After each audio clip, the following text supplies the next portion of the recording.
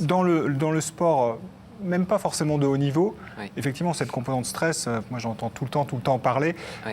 Il y a un moyen, là ce sont des professionnels, on peut imaginer qu'effectivement ils puissent tirer 250, 400 flèches ou faire des plongées de manière répétée. Il y a peut-être des moyens plus simples, non? Alors, les moyens plus simples, je ne sais pas, mais ce qui était très intéressant, c'est qu'ils se concentraient sur l'instant présent.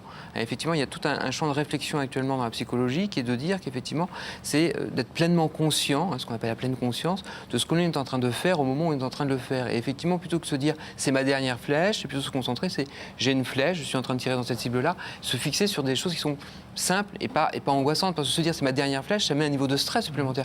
Et donc ce petit discours interne qu'on va avoir peut aggraver les choses. Donc c'est effectivement des petites techniques. Et après, dans tout ce qui est le sport, il faut savoir aussi que le sport va avoir un grand intérêt pour réguler les émotions, puisqu'on sait que la pratique sportive de façon très régulière va permettre aux individus de réduire leur niveau de fréquence cardiaque, notamment, de réduire l'impact émotionnel.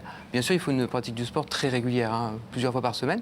Et on sait même que quand on arrête, après plusieurs années, d'avoir une activité physique régulière, on va être protégé, notamment par rapport à des facteurs de dépression, d'anxiété, pendant plusieurs années après.